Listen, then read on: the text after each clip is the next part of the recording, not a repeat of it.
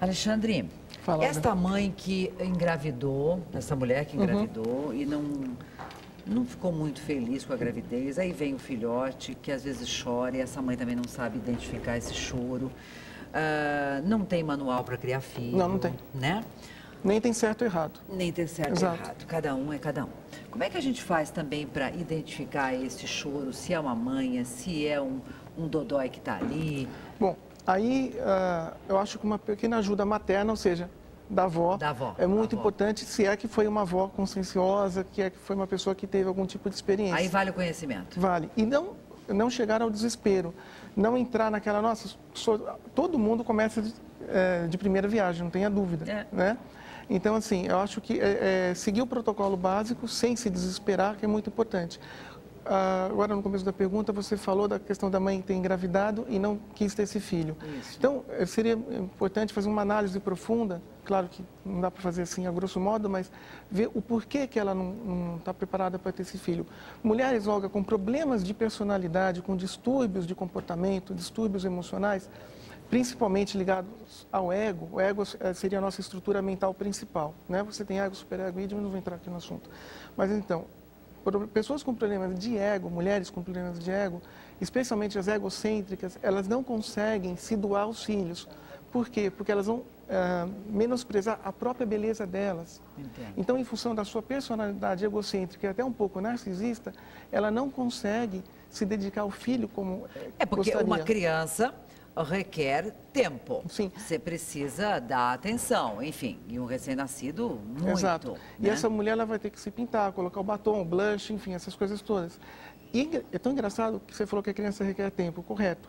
E a criança, Olga, ela sente o carinho como sente a rejeição, não só do pai como da mãe. Então, mais uma vez, a importância da escolha, a importância desse ambiente que a criança foi gerada. O Freud, que é a linha que eu sigo, ele fala uma frase fantástica que foi no final da vida dele, que ele falava o seguinte, na época do pré-guerra, né, que a guerra estava para explodir, ele teve que ir embora para a Inglaterra, ele falou o seguinte, mais forte do que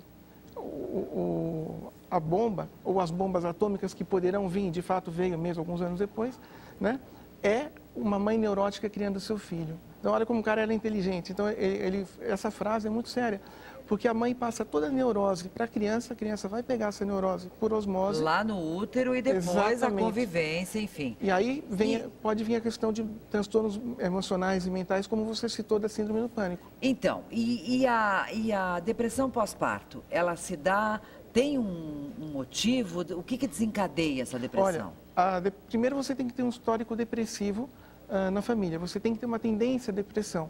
Né? Lembrando, Olga, que a depressão, existe dois tipos de depressão, a depressão endógena e exógena. O que seria isso?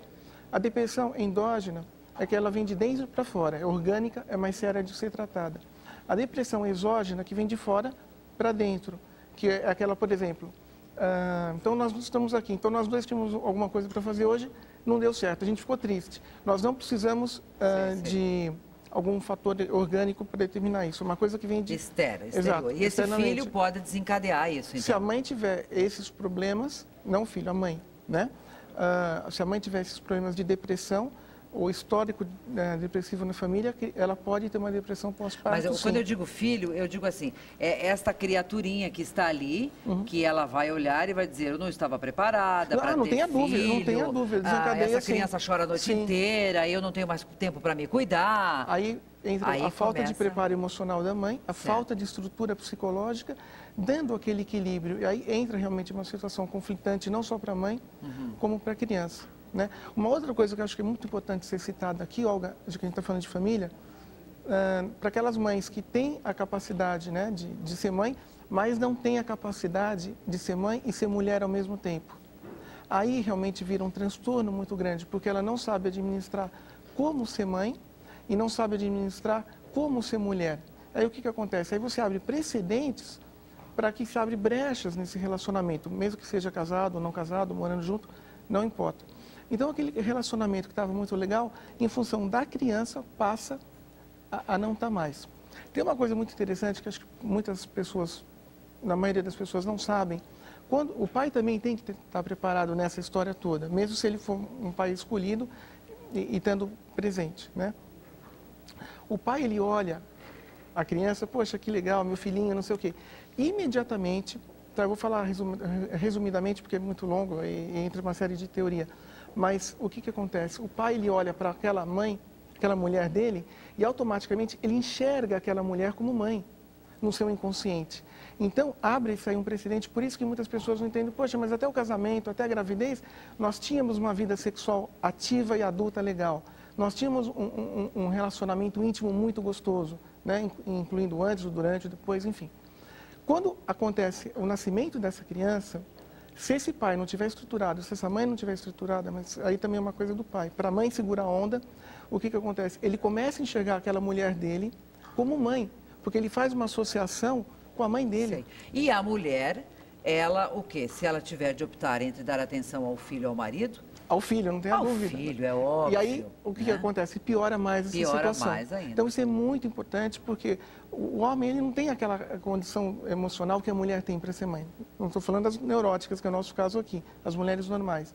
Então, ele vai se sentir rejeitado, ele vai se sentir mal. Então, tem que ser uma mulher muito participativa e que possa fazer a interação dessa família, desempenhando seus papéis. Que você vai, aquela história, você vai trocando a roda com o carro andando. Exato. Né?